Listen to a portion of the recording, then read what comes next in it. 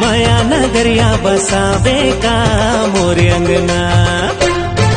डोली लेके आवे चूड़ी पहिरावे तजाहू रे तोर अंगना। और माया हवाया मा चटनी ओ सुन मोर रानी कैसे का। और माया हवा करिया मिर्चा ओ सुन मोर रानी और माया हवा बोरे पासी ओ सुन मोर रानी।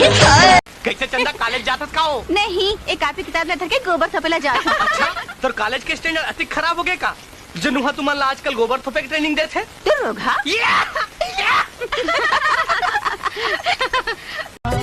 धन छोटा जोड़ी दोनों धन के नियत भर लेना। हाय रे मोरे रायपुर के दीवानी ओ हाय रे मोरे रायपुर।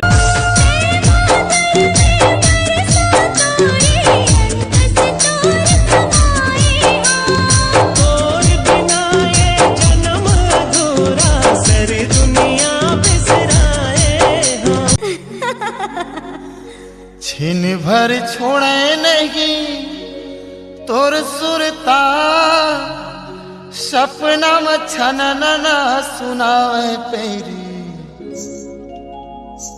मोर बरात में कोई डोकरा ढाका नहीं होना की के आगे तेल किसे कर होगा काय गिनती लगा के जाने तेल लगा चचकार के खेत ये वाला खेत में। हाँ तो बहुत डोकरा हो गया कहो निकल। अरे कहाँ से तय आगे गोरी कहाँ तोरे गाँव केस तोर लागे जैसे सरई पेड़ छाँव केस तोर लागे जैसे सरई पेड़ छाँव। माया दे तेरे मायारो तुर हासी निक लागे है हासी निक लागे तुर छुनुर छुनुर।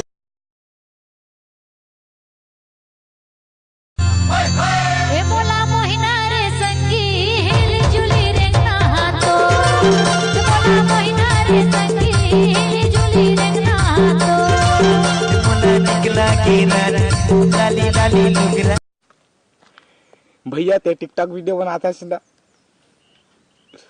मैं तो सब वीडियो देखे हाँ मोला एक ठा पसंद नहीं आए।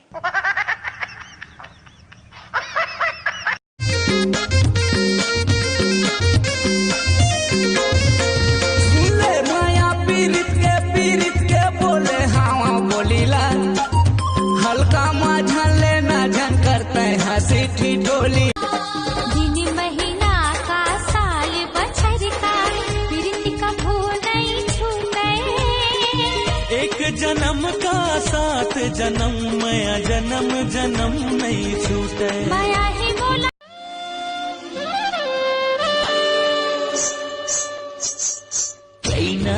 कैना गजब ते कैना तोला बनाओ मन पिंजरा के मीना।